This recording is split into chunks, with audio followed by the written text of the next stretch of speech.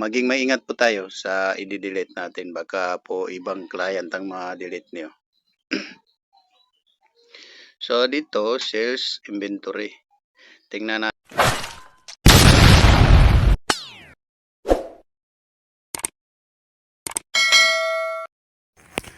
So guys, ang gagawin natin ngayon,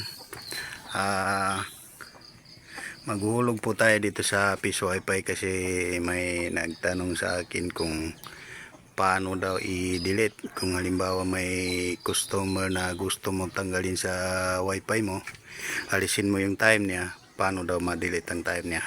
So ito po guys, maghulog muna tayo. So ito yung cellphone gagamitin natin. Pasensya na sa cellphone na ginagamit ko guys, nanghihiram lang ako. At least makahulog po tayo, wala akong ibang mahiraman.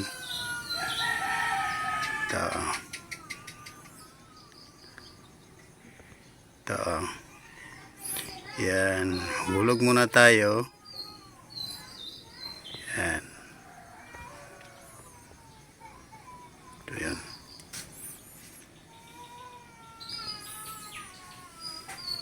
Para i-delete po natin.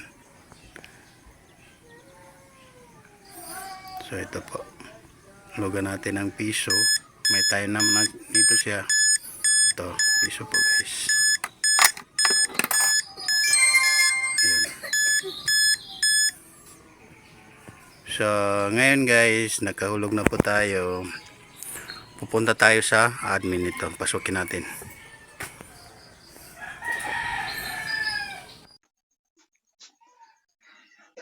So ngayon guys, ito na po. Papasok na po tayo doon sa admin ng Bendo po.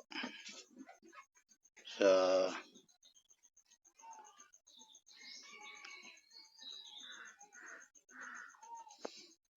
ito po siya. Yan.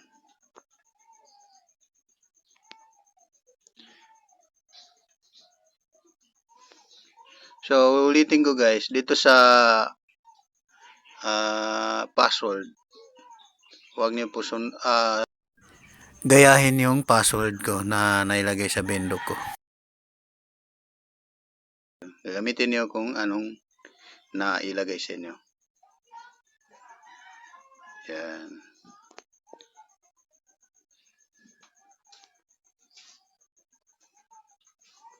Admin.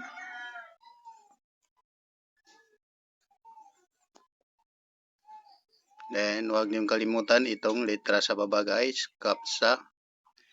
Dahil hindi po kayo makaka-login kapag nakalimutan niyo yan. Yan. So, dito na po tayo guys. Ito pa ang buhay lumano niya, ang piso. Wala pang nahulog. So, dito guys, pagdating natin dito, tingnan natin dito muna. Dito, para makuha po natin yung MAC address ng cellphone. Doon po natin siya matandaan kung saan yung i-delete natin. Kasi dapat maging maingat po tayo sa i-delete natin. Baka po ibang client ang ma-delete niyo. So dito, sales inventory. Tingnan natin siya dito. Sino yung pinakalas na naghulog? Kikita natin dito sa baba. Ito po guys, itong number 1. Ito siya, July 23, 2024. Anong oras? Ito. Ayan. Ito po siya guys. Yung oras na paghulog natin, alas 8. And then, yung inulog natin, piso. Ito po, makikita natin yung piso. Amount, 15 minutes. So, ito po yung MAC niya guys. Or IP niya. Dito lang tayo sa IP guys. Dahil madali natin siya matandaan. Maiksi lang kasi. So, dito, 2915. So, balik tayo dito guys. Balik tayo dito. Dito tayo sa user. Hanapin natin ang user. Ito. Ito na guys. So hanapin po natin siya, saan ba yun siya? Yung bago natin inulog. Actually guys, may time din yun siya, yung nakikita niyo na ni-resume ko. Ito po siya. Ito na siya guys, ito 29:15. 29:15. Yan. Nakapost siya.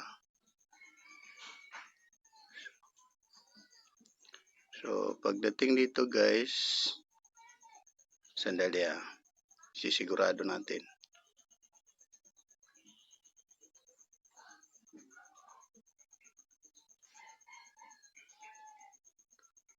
Oh, 29:15. Ayan po siya guys, 29:15.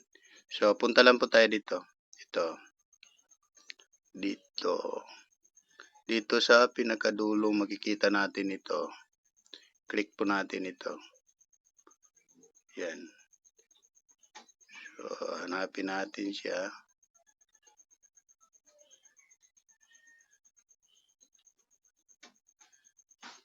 Click resume. And balikan po natin siya kasi naka-resume na yun. Ito po. Saan ba yun? 29:15. Ito po. Ito siya guys. So, dapat kasi naka-connected siya kapag i-delete natin yung time. Ito, 29:15 guys. Then, dito. Click po natin itong X. Yan. Then, ito na po siya guys. Ito na po siya guys. Ito. Kita niyo yung nasa taas. Nakalagay guys. Ready to clear time. Ito po siya. Dito na po tayo. Click lang po natin itong clear. So, ngayon, balikan po natin siya. Tingnan natin. Saan na ba siya ngayon? May time pa ba o wala? Ito siya guys. So, ito po siya guys. Disconnected. At wala na po siyang time. Ito po. 29:15. So, babalikan natin yung cellphone ngayon guys.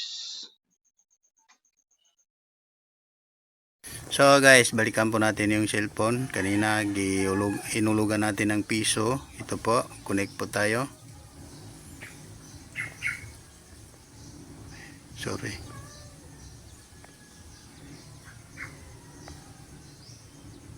Ayan. Connect tayo ulit sa window. Ito po. Tingnan natin kung andun pa yung time niya. Ayan na. Tingnan niyo guys, clear na po siya. Wala na po siyang time.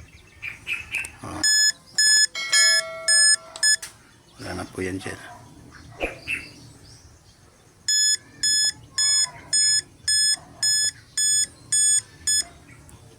So, gano'n lang po mag-clear ng time ng ating client guys. Sakali may mali doon sa pag-connect niya sa atin.